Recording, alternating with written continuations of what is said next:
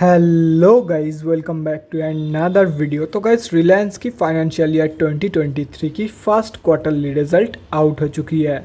तो गाइस, इस वीडियो में हम लोग यही देखेंगे कि कंपनी ने जून क्वार्टर में कैसी परफॉर्म की है, क्या क्या पॉइंट्स इंप्रूव हुई है एंड कहाँ कहाँ पे कंपनी ने डिटोरिएट की है, और कंपनी के फंडामेंटल्स भी चेक करेंगे और देखेंगे कि क्या ये कंपनी पैसे लगाने लायक है या नहीं। एंड उसके साथ साथ हम लोग कंपनी के टेक्निकल्स के बारे में भी डिस्कस करेंगे। तो गाइस, बिना टाइम वेस्ट के कंपनी की फंडामेंटल एनालिसिस करते हुए वीडियो को शुरू करते हैं। आई गेस कंपनी करती क्या है, कंपनी की बिजनेस क्या है, इसके बारे में सबको पता ही है क्योंकि एक बहुत ही कॉमन ब्रांड है इंडिया में। तो कंपनी के बिजनेस के रिगार्डिंग हम लोग यहाँ पे कोई भी डिस्कशन नहीं करेंगे। And this company is the largest private sector corporation in India. ये कंपनी बहुत BSE एंड NSE में लिस्टेड है। और अगर इस कंपनी के कुछ इंपॉर्टेंट फिगर्स के बारे में डिस्कस करें तो 16,93,381 करोड़ की है कंपनी की मार्केट कैप, 26.3 की पी है, 9.63% है कंपनी की ROC एंड 8.15% है कंपनी की return on equity. Last 6 months की रिटर्न 5.47% है एंड लास्ट 3 साल की जो सेल्स ग्रोथ है वो 7.19% के आसपास निकल के आ रही है। बुक वैल्यू से काफ़ी ऊपर ट्रेड कर रही है। डिविडेंड यील्ड 0.28% है एंड फेस वैल्यू 10 रुपये की है। अभी अगर इस कंपनी की जून क्वार्टर की रिजल्ट के बारे में डिस्कस करें तो गैस, जून 2022 के क्वार्टर की कंसोलिडेटेड फाइनेंशियल रिजल्ट आप लोगों के सामने है। इंडिया पे जितने भी सारे फिगर्स है वो सब करोड़्स में दिया हुआ है। तो गैस, सबसे पहले कंपनी की इनकम चेक कर लेते हैं।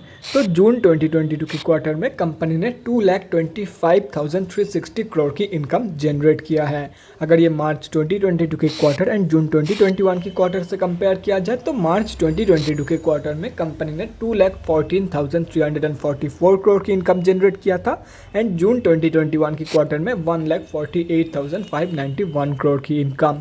तो ईयर ऑन ईयर बेसिस पे and quarter on quarter basis पे दोनों में ही कंपनी ने एक ज़बरदस्त इनकम ग्रोथ यहाँ पे दिखाई है। अभी अगर कंपनी की नेट प्रॉफिट मतलब प्रॉफिट आफ्टर टैक्स के बारे में डिस्कस करें तो जून 2022 की क्वार्टर में कंपनी ने 19,443 करोड़ की प्रॉफिट जनरेट किया है। एंड अगर यही मार्च 2022 के क्वार्टर एंड जून 2021 की क्वार्टर से कंपेयर किया जाए तो मार्च 2022 के क्वार्टर में कंपनी ने 18,021 करोड़ की प्रॉफिट जनरेट किया था एंड जून 2021 की क्वार्टर में 13,806 करोड़ की प्रॉफिट। तो यहाँ पे भी आप लोग देख सकते हो ईयर ऑन ईयर बेसिस पे and quarter on quarter basis पे कंपनी ने एक हेल्दी प्रॉफिट ग्रोथ यहाँ पे मेंटेन किया है। लेकिन जितना कंपनी की इनकम ग्रोथ हुई है उतना कंपनी की प्रॉफिट ग्रोथ नहीं हुई है क्वार्टर ऑन क्वार्टर बेसिस पे। एंड ये सिर्फ और सिर्फ कंपनी की हाई एक्सपेंसेस की वजह से हुआ है, जैसे कि यहाँ पे आप लोग देख सकते हो। टाइम के साथ साथ एक्सपेंसेस थोड़ा सा ज़्यादा बढ़ रही है कंपेयर टू कंपनी की इनकम। और अगर कंपनी की EPS मतलब अर्निंग पर शेयर के बारे में डिस्कस करें तो गाइज, यहाँ पे आप लोग कंपनी की EPS देख सकते हो। EPS में भी आप लोग को एक हेल्दी ग्रोथ देखने को मिल जाएगा इन क्वार्टर ऑन क्वार्टर बेसिस और ईयर ऑन ईयर बेसिस। तो ओवरऑल जो जून क्वार्टर लेके रिजल्ट निकल के आए हैं वो मैं ये नहीं बोलूँगा कि बहुत ही बढ़िया रिजल्ट किया है, आउट परफॉर्म कर दिया है कंपनी ने। ठीक ठाक रिजल्ट कंपनी ने किया है, जैसी कंपनी रिजल्ट करती है वैसे ही कंपनी ने प्रॉफिटेबल रिजल्ट दिया है इन जून 2022 की quarter. There is nothing special about the June quarter लेके रिजल्ट। तो गाइस, अभी अगर इस कंपनी की बैलेंस शीट की हेल्थ के बारे में डिस्कस करें, फाइनेंशियल ईयर 2022 में कंपनी की रिजर्व के साथ साथ डेट भी इंक्रीज हुई है। लेकिन अगर देखा जाए तो रिजर्व ज़्यादा इंक्रीज हुई है कंपेयर टू कंपनी की डेट, मतलब बैलेंस शीट की हेल्थ इंप्रूव हुई है इन FY 2022। एंड अगर ओवरऑल भी देखा जाए तो डेट की कंपैरिजन में कई गुना ज़्यादा पॉजिटिव रिजर्व मौजूद है कंपनी के पास। तो ओवरऑल जो बैलेंस शीट की हेल्थ है वो भी ज़बरदस्त है। अभी अगर कंपनी के कैश फ्लोज के बारे में डिस्कस करें तो कैश फ्लोज की जो कंडीशन है वो भी इंप्रूव हुई है इन FY 2022।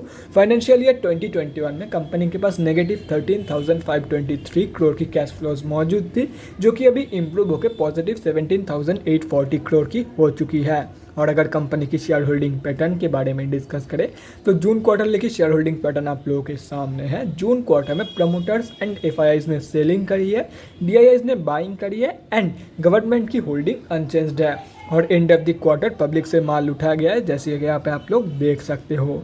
एंड अगर पब्लिक में देखा जाए तो कोई भी बड़े रिटेलर की होल्डिंग नहीं है इन दिस कंपनी, मतलब इस कंपनी में हम अब जैसे छोटे मोटे रिटेलर की जो होल्डिंग है वो 10.64% के आसपास निकल के आ रही है। तो गाइस अभी कंक्लूजन पे आते हैं, क्या आप लोगों को इस कंपनी में पैसा लगाना चाहिए या नहीं।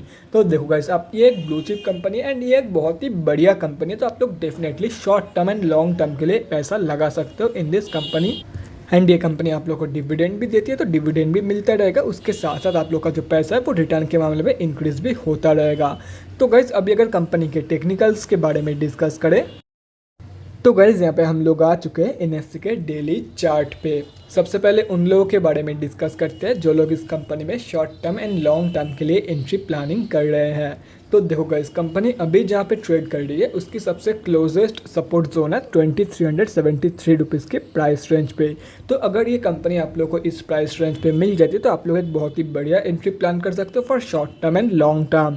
और रही बात स्विंग ट्रेडर्स की, तो देखो गाइस, आप लोग इसके अंदर स्विंग ट्रेड प्लान कर सकते हो, रिवर्सल ट्रेड प्लान कर सकते हो। अभी ये कंपनी 200 मूविंग एवरेज के आसपास जाके कंसोलिडेट कर रही है, तो जब ये कंपनी 200 मूविंग एवरेज के ऊपर प्रॉपर्ली क्लोजिंग करेगी ऑन डेली बेसिस, उसके बाद आप लोग एक स्विंग ट्रेड प्लान कर सकते हो for the target of 2820 rupees. और अगर बाई चांस ऐसे रिजेक्शन फेस करके नीचे गिर जाती है तो wait for the reversal confirmation from the support of 2373 rupees. जब कंपनी ऐसे रिवर्सल शो करेगी तब कंफर्मेशन के बाद आप लोग ट्रेड प्लान कर सकते हो for the first target of 200 की moving average and second target होगा 2820 रुपीज़ का।